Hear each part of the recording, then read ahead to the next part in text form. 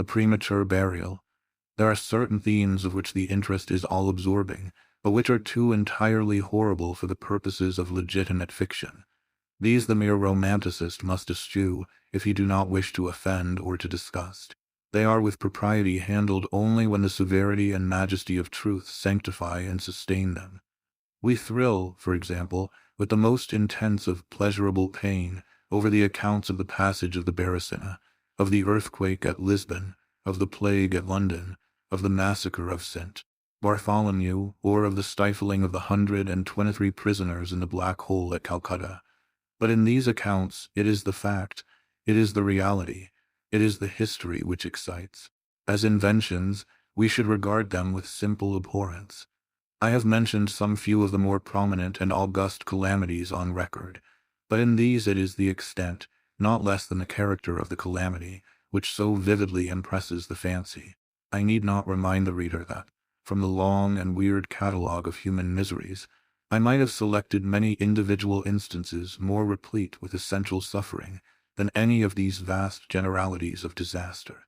The true wretchedness, indeed, the ultimate woe, is particular, not diffuse, that the ghastly extremes of agony are endured by man the unit, and never by man the mass.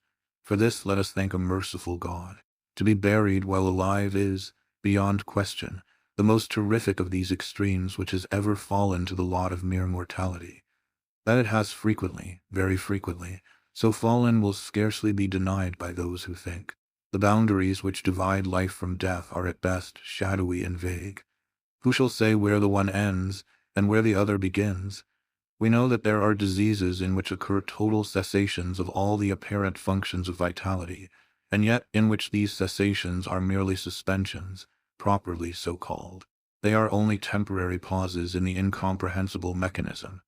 A certain period elapses, and some unseen mysterious principle again sets in motion the magic pinions and the wizard wheels. The silver cord was not forever loosed, nor the golden bowl irreparably broken.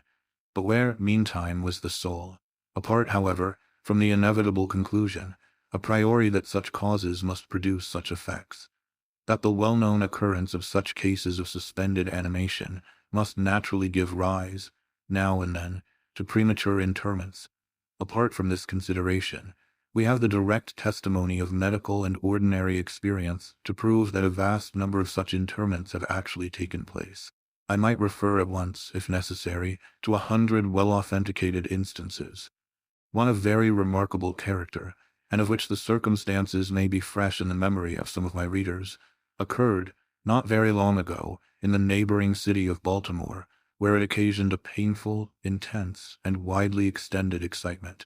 The wife of one of the most respectable citizens, a lawyer of eminence and a member of Congress, was seized with a sudden and unaccountable illness, which completely baffled the skill of her physicians. After much suffering she died, or was supposed to die. No one suspected, indeed, or had reason to suspect, that she was not actually dead. She presented all the ordinary appearances of death. The face assumed the usual pinched and sunken outline. The lips were of the usual marble pallor. The eyes were lusterless. There was no warmth. Pulsation had ceased. For 3 days the body was preserved unburied, during which it had acquired a stony rigidity. The funeral, in short, was hastened, on account of the rapid advance of what was supposed to be decomposition. The lady was deposited in her family vault, which, for 3 subsequent years, was undisturbed. At the expiration of this term it was opened for the reception of a sarcophagus. But alas, how fearful a shock awaited the husband, who, personally, threw open the door. As its portals swung outwardly back, some white-apparelled object fell rattling within his arms. It was the skeleton of his wife in her yet unmolded shroud. A careful investigation rendered it evident that she had revived within 2 days after her entombment, that her struggles within the coffin had caused it to fall from a ledge or shelf to the floor, where it was so broken as to permit her escape. A lamp which had been accidentally left, full of oil, within the tomb, was found empty. It might have been exhausted, however, by evaporation. On the uttermost of the steps which led down into the dread chamber was a large fragment of the coffin, with which, it seemed, that she had endeavored to arrest attention by striking the iron door. While thus occupied, she probably swooned or possibly died through sheer terror, and in failing, her shroud became entangled in some ironwork which projected interiorly. Thus she remained, and thus she rotted erect. In the year 1810, a case of living inhumation happened in France, attended with circumstances which go far to warrant the assertion that truth is, indeed, stranger than fiction. The heroine of the story was a Mademoiselle Victorine Lafourcade, a young girl of illustrious family, of wealth, and of great personal beauty. Among her numerous suitors was Julien Bossuet, a poor litterateur or journalist of Paris. His talents and general amiability had recommended him to the notice of the heiress, by whom he seems to have been truly beloved. But her pride of birth decided her, finally, to reject him, and to wed a Monsieur Renelle, a banker and a diplomatist of some eminence. After marriage, however, this gentleman neglected, and perhaps even more positively ill-treated her. Having passed with him some wretched years, she died. At least her condition so closely resembled death as to deceive everyone who saw her. She was buried, not in a vault, but in an ordinary grave in the village of her nativity. Filled with despair, and still inflamed by the memory of a profound attachment, the lover journeys from the capital to the remote province in which the village lies, with the romantic purpose of disinterring the corpse, and possessing himself of its luxuriant tresses. He reaches the grave. At midnight he unearths the coffin, opens it, and is in the act of detaching the hair when he is arrested by the unclosing of the beloved eyes. In fact, the lady had been buried alive. Vitality had not altogether departed, and she was aroused by the caresses of her lover from the lethargy which had been mistaken for death. He bore her frantically to his lodgings in the village. He employed certain powerful restoratives suggested by no little medical learning. In fine, she revived. She recognized her preserver. She remained with him until, by slow degrees, she fully recovered her original health. Her woman's heart was not adamant, and this last lesson of love sufficed to soften it. She bestowed it upon Bossuet. She returned no more to her husband, but, concealing from him her resurrection, fled with her lover to America. 20 years afterward, the two returned to France, in the persuasion that time had so greatly altered the lady's appearance that her friends would be unable to recognize her. They were mistaken, however, for, at the first meeting, Monsieur Renelle did actually recognize and make claim to his wife. This claim she resisted, and a judicial tribunal sustained her in her resistance, deciding that the peculiar circumstances, with the long lapse of years, had extinguished, not only equitably, but legally, the authority of the husband. The Chirurgical Journal of Leipzig, a periodical of high authority and merit, which some American bookseller would do well to translate and republish, records in a late number a very distressing event of the character in question. An officer of artillery, a man of gigantic stature and of robust health, being thrown from an unmanageable horse, received a very severe contusion upon the head, which rendered him insensible at once. The skull was slightly fractured, but no immediate danger was apprehended. Trepanning was accomplished successfully. He was bled, and many other of the ordinary means of relief were adopted. Gradually, however, he fell into a more and more hopeless state of stupor, and finally it was thought that he died. The weather was warm, and he was buried with indecent haste in one of the public cemeteries. His funeral took place on Thursday. On the Sunday following, the grounds of the cemetery were, as usual, much thronged with visitors, and about noon an intense excitement was created by the declaration of a peasant that, while sitting upon the grave of the officer, he had distinctly felt a commotion of the earth, as if occasioned by someone struggling beneath. At first little attention was paid to the man's asseveration, but his evident terror, and the dogged obstinacy with which he persisted in his story, had at length their natural effect upon the crowd. Spades were hurriedly procured, and the grave, which was shamefully shallow, was in a few minutes so far thrown open that the head of its occupant appeared. He was then seemingly dead, but he sat nearly erect within his coffin, the lid of which, in his furious struggles, he had partially uplifted. He was forthwith conveyed to the nearest hospital, and there pronounced to be still living, although in an asphytic condition. After some hours he revived, recognized individuals of his acquaintance, and in broken sentences spoke of his agonies in the grave. From what he related, it was clear that he must have been conscious of life for more than an hour, while inhumed, before lapsing into insensibility. The grave was carelessly and loosely filled with an exceedingly porous soil, and thus some air was necessarily admitted. He heard the footsteps of the crowd overhead, and endeavored to make himself heard in turn. It was the tumult within the grounds of the cemetery, he said, which appeared to awaken him from a deep sleep. But no sooner was he awake than he became fully aware of the awful horrors of his position. This patient, it is recorded, was doing well and seemed to be in a fair way of ultimate recovery, but fell a victim to the quackeries of medical experiment. The galvanic battery was applied, and he suddenly expired in one of those ecstatic paroxysms which, occasionally, it superinduces. The mention of the galvanic battery, nevertheless, recalls to my memory a well-known and very extraordinary case in point, where its action proved the means of restoring to animation a young attorney of London, who had been interred for 2 days. This occurred in 1831, and created, at the time, a very profound sensation wherever it was made the subject of converse. The patient, Mr. Edward Stapleton, had died, apparently of typhus fever, accompanied with some anomalous symptoms which had excited the curiosity of his medical attendants. Upon his seeming decease, his friends were requested to sanction a post-mortem examination, but declined to permit it. As often happens, when such refusals are made, the practitioners resolved to disinter the body and dissect it at leisure, in private. Arrangements were easily effected with some of the numerous corps of body snatchers, with which London abounds, and, upon the 3rd night after the funeral, the supposed corpse was unearthed from a grave 8 feet deep, and deposited in the opening chamber of one of the private hospitals. An incision of some extent had been actually made in the abdomen, when the fresh and undecayed appearance of the subject suggested an application of the battery. One experiment succeeded another, and the customary effects supervened, with nothing to characterize them in any respect, except, upon 1 or 2 occasions, a more than ordinary degree of lifelikeness in the convulsive action. It grew late.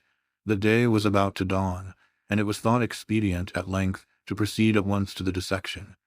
A student, however, was especially desirous of testing a theory of his own, and insisted upon applying the battery to one of the pectoral muscles. A rough gash was made, and a wire hastily brought in contact, when the patient, with a hurried but quite unconvulsive movement, arose from the table, stepped into the middle of the floor, gazed about him uneasily for a few seconds, and then spoke. What he said was unintelligible, but words were uttered. The syllabification was distinct.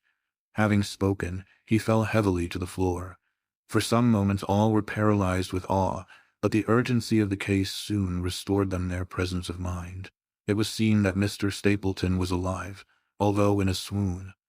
Upon exhibition of ether, he revived and was rapidly restored to health, and to the society of his friends, from whom, however, all knowledge of his resuscitation was withheld, until a relapse was no longer to be apprehended. Their wonder, their rapturous astonishment, may be conceived. The most thrilling peculiarity of this incident, nevertheless, is involved in what Mr. S. himself asserts. He declares that at no period was he altogether insensible, that dully and confusedly he was aware of everything which happened to him, from the moment in which he was pronounced dead by his physicians, to that in which he fell swooning to the floor of the hospital. "I am alive," were the uncomprehended words which, upon recognizing the locality of the dissecting room, he had endeavored, in his extremity, to utter. It were an easy matter to multiply such histories as these, but I forbear, for, indeed, we have no need of such to establish the fact that premature interments occur. When we reflect how very rarely, from the nature of the case, we have it in our power to detect them, we must admit that they may frequently occur without our cognizance. Scarcely, in truth, is a graveyard ever encroached upon, for any purpose, to any great extent, that skeletons are not found in postures which suggest the most fearful of suspicions. Fearful indeed the suspicion, but more fearful the doom. It may be asserted without hesitation that no event is so terribly well adapted to inspire the supremeness of bodily and of mental distress, as is burial before death.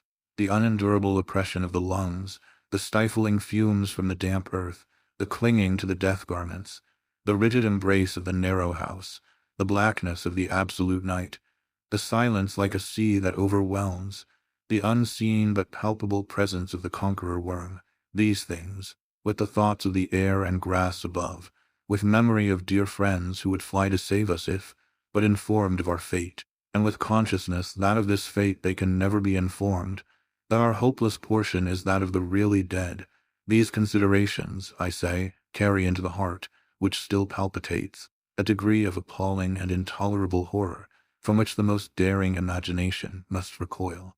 We know of nothing so agonizing upon earth. We can dream of nothing half so hideous in the realms of the nethermost hell.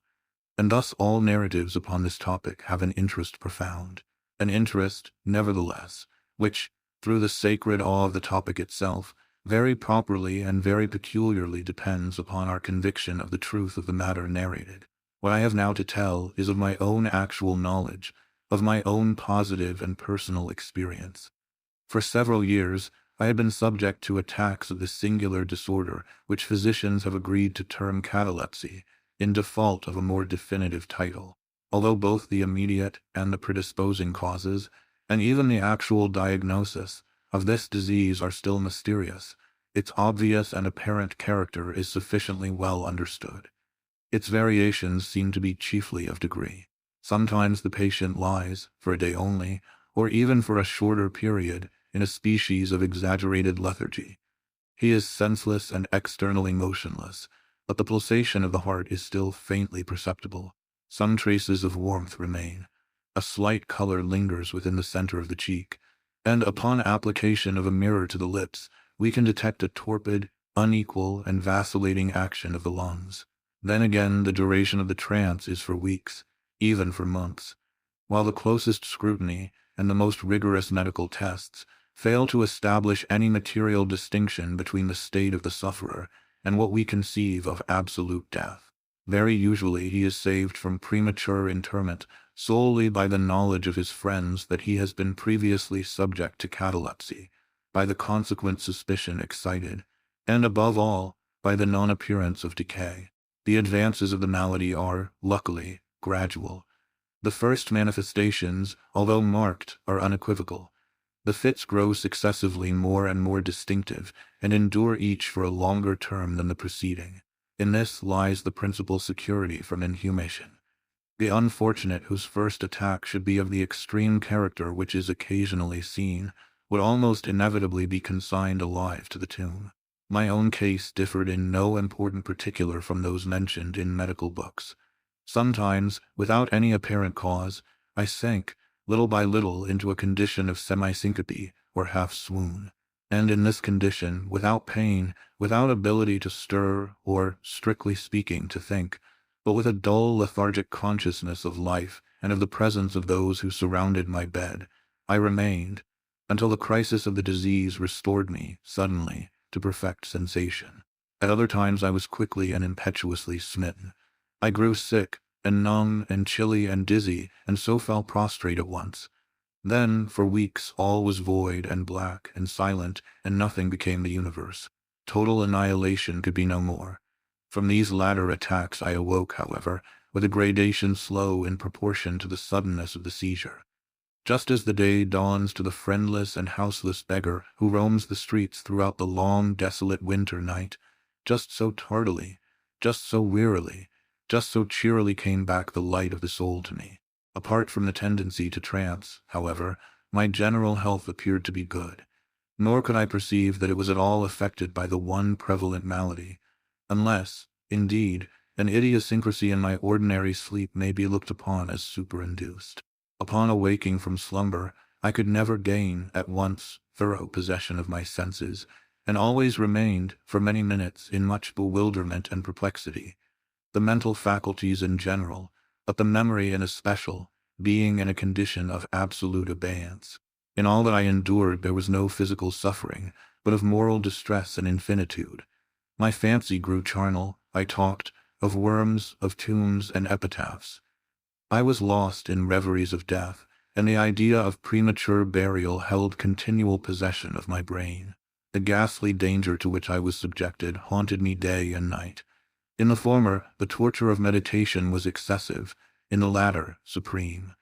When the grim darkness overspread the earth, then, with every horror of thought, I shook as the quivering plumes upon the hearse. When nature could endure wakefulness no longer, it was with a struggle that I consented to sleep, for I shuddered to reflect that, upon awaking, I might find myself the tenant of a grave. And when, finally, I sank into slumber, it was only to rush at once into a world of phantasms, above which, with vast, sable, overshadowing wing, hovered, predominant, the one sepulchral idea. From the innumerable images of gloom which thus oppressed me in dreams, I select for record but a solitary vision. Methought I was immersed in a cataleptic trance of more than usual duration and profundity. Suddenly there came an icy hand upon my forehead, and an impatient, gibbering voice whispered the word, "Arise," within my ear. I sat erect. The darkness was total. I could not see the figure of him who had aroused me. I could call to mind neither the period at which I had fallen into the trance, nor the locality in which I then lay. While I remained motionless, and busied in endeavors to collect my thought, the cold hand grasped me fiercely by the wrist, shaking it petulantly, while the gibbering voice said again, "Arise, did I not bid thee arise? And who," I demanded, "art thou?" "I have no name in the regions which I inhabit," replied the voice mournfully. "I was mortal, but am fiend. I was merciless, but am pitiful. Thou dost feel that I shudder. My teeth chatter as I speak, yet it is not with the chilliness of the night without end. But this hideousness is insufferable. How canst thou tranquilly sleep? I cannot rest for the cry of these great agonies. These sights are more than I can bear. Get thee up, come with me into the outer night, and let me unfold to thee the graves. Is not this a spectacle of woe? Behold," I looked, and the unseen figure, which still grasped me by the wrist, had caused to be thrown open the graves of all mankind, and from each issued the faint phosphoric radiance of decay, so that I could see into the innermost recesses, and there view the shrouded bodies in their sad and solemn slumbers with the worm. But alas! The real sleepers were fewer, by many millions, than those who slumbered not at all, and there was a feeble struggling, and there was a general sad unrest, and from out the depths of the countless pits there came a melancholy rustling from the garments of the buried, and of those who seemed tranquilly to repose, I saw that a vast number had changed, in a greater or less degree, the rigid and uneasy position in which they had originally been entombed. And the voice again said to me as I gazed, is it not a pitiful sight?" But before I could find words to reply, the figure had ceased to grasp my wrist, the phosphoric lights expired, and the graves were closed with a sudden violence, while from out them arose a tumult of despairing cries, saying again, "Is it not, O God, is it not a very pitiful sight?" Fantasies such as these, presenting themselves at night, extended their terrific influence far into my waking hours. My nerves became thoroughly unstrung, and I fell a prey to perpetual horror. I hesitated to ride, or to walk, or to indulge in any exercise that would carry me from home. In fact, I no longer dared trust myself out of the immediate presence of those who were aware of my proneness to catalepsy, lest, falling into one of my usual fits, I should be buried before my real condition could be ascertained. I doubted the care, the fidelity of my dearest friends. I dreaded that, in some trance of more than customary duration, they might be prevailed upon to regard me as irrecoverable. I even went so far as to fear that, as I occasioned much trouble, they might be glad to consider any very protracted attack as sufficient excuse for getting rid of me altogether. It was in vain they endeavored to reassure me by the most solemn promises. I exacted the most sacred oaths, that under no circumstances they would bury me until decomposition had so materially advanced as to render farther preservation impossible. And even then, my mortal terrors would listen to no reason, would accept no consolation. I entered into a series of elaborate precautions. Among other things, I had the family vault so remodeled as to admit of being readily opened from within. The slightest pressure upon a long lever that extended far into the tomb would cause the iron portal to fly back. There were arrangements also for the free admission of air and light, and convenient receptacles for food and water, within immediate reach of the coffin intended for my reception. This coffin was warmly and softly padded, and was provided with a lid, fashioned upon the principle of the vault door, with the addition of springs so contrived that the feeblest movement of the body would be sufficient to set it at liberty. Besides all this, there was suspended from the roof of the tomb a large bell, the rope of which it was designed should extend through a hole in the coffin, and so be fastened to one of the hands of the corpse. But alas, what avails the vigilance against the destiny of man? Not even these well-contrived securities suffice to save from the uttermost agonies of living inhumation a wretch to these agonies foredoomed. There arrived an epoch, as often before there had arrived, in which I found myself emerging from total unconsciousness into the first feeble and indefinite sense of existence. Slowly, with a tortoise gradation, approached the faint gray dawn of the cycle day, a torpid uneasiness, an apathetic endurance of dull pain, no care, no hope, no effort. Then, after a long interval, a ringing in the ears. Then, after a lapse still longer, a prickling or tingling sensation in the extremities. Then a seemingly eternal period of pleasurable quiescence, during which the awakening feelings are struggling into thought. Then a brief resinking into nonentity. Then a sudden recovery. At length the slight quivering of an eyelid, and immediately thereupon an electric shock of a terror, deadly and indefinite, which sends the blood in torrents from the temples to the heart. And now the first positive effort to think, and now the first endeavor to remember, and now a partial and evanescent success. And now the memory has so far regained its dominion that, in some measure, I am cognizant of my state. I feel that I am not awaking from ordinary sleep. I recollect that I have been subject to catalepsy. And now, at last, as if by the rush of an ocean, my shuddering spirit is overwhelmed by the one grim danger, by the one spectral and ever-prevalent idea. For some minutes after this fancy possessed me, I remained without motion. And why? I could not summon courage to move. I dared not make the effort which was to satisfy me of my fate, and yet there was something at my heart which whispered me it was sure. Despair, such as no other species of wretchedness ever calls into being, despair alone urged me, after long irresolution, to uplift the heavy lids of my eyes. I uplifted them. It was dark, all dark. I knew that the fit was over. I knew that the crisis of my disorder had long passed. I knew that I had now fully recovered the use of my visual faculties, and yet it was dark, all dark, the intense and utter raylessness of the night that endureth for evermore. I endeavored to shriek, and my lips and my parched tongue moved convulsively together in the attempt, but no voice issued from the cavernous lungs, which, oppressed as if by the weight of some incumbent mountain, gasped and palpitated, with the heart, at every elaborate and struggling inspiration. The movement of the jaws, in this effort to cry aloud, showed me that they were bound up, as is usual with the dead. I felt, too, that I lay upon some hard substance, and by something similar my sides were, also, closely compressed. So far I had not ventured to stir any of my limbs, but now I violently threw up my arms, which had been lying at length, with the wrists crossed. They struck a solid wooden substance, which extended above my person at an elevation of not more than 6 inches from my face. I could no longer doubt that I reposed within a coffin at last. And now, amid all my infinite miseries, came sweetly the cherub hope, for I thought of my precautions. I writhed, and made spasmodic exertions to force open the lid. It would not move. I felt my wrists for the bell rope. It was not to be found. And now the comforter fled forever, and a still sterner despair reigned triumphant, for I could not help perceiving the absence of the paddings which I had so carefully prepared. And then, too, there came suddenly to my nostrils the strong, peculiar odor of moist earth. The conclusion was irresistible. I was not within the vault.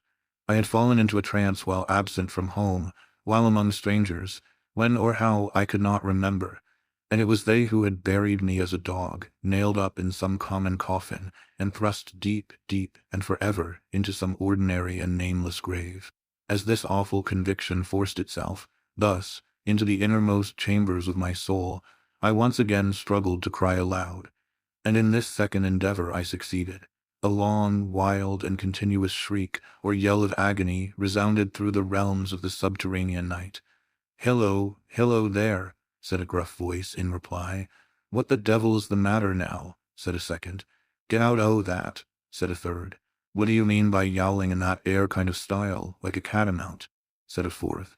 And hereupon I was seized and shaken without ceremony, for several minutes, by a junto of very rough-looking individuals. They did not arouse me from my slumber, for I was wide awake when I screamed, but they restored me to the full possession of my memory. This adventure occurred near Richmond, in Virginia. Accompanied by a friend, I had proceeded upon a gunning expedition some miles down the banks of the James River. Night approached, and we were overtaken by a storm. The cabin of a small sloop lying at anchor in the stream, and laden with garden mold, afforded us the only available shelter. We made the best of it, and passed the night on board. I slept in one of the only two berths in the vessel, and the berths of a sloop of 60 or 20 tons need scarcely be described. That which I occupied had no bedding of any kind. Its extreme width was 18 inches. The distance of its bottom from the deck overhead was precisely the same. I found it a matter of exceeding difficulty to squeeze myself in. Nevertheless, I slept soundly, and the whole of my vision, for it was no dream and no nightmare, arose naturally from the circumstances of my position, from my ordinary bias of thought, and from the difficulty, to which I have alluded, of collecting my senses, and especially of regaining my memory, for a long time after awaking from slumber. The men who shook me were the crew of the sloop, and some laborers engaged to unload it. From the load itself came the earthly smell. The bandage about the jaws was a silk handkerchief in which I had bound up my head, in default of my customary nightcap. The tortures endured, however, were indubitably quite equal for the time to those of actual sepulture. They were inconceivably hideous, but out of evil proceeded good, for their very excess wrought in my spirit an inevitable revulsion. My soul acquired tone, acquired temper. I went abroad. I took vigorous exercise. I breathed the free air of heaven. I thought upon other subjects than death. I discarded my medical books. Buchan I burned. I read no night thoughts, no fustian about churchyards, no bugaboo tales such as this. In short, I became a new man and lived a man's life. From that memorable night, I dismissed forever my charnel apprehensions, and with them vanished the cataleptic disorder, of which, perhaps, they had been less the consequence than the cause. There are moments when, even to the sober eye of reason, the world of our sad humanity may assume the semblance of a hell, but the imagination of man is no Carathis, to explore with impunity its every cavern. Alas, the grim legion of sepulchral terrors cannot be regarded as altogether fanciful, but, like the demons in whose company Afrasiab made his voyage down the Oxus, they must sleep, or they will devour us. They must be suffered to slumber, or we perish.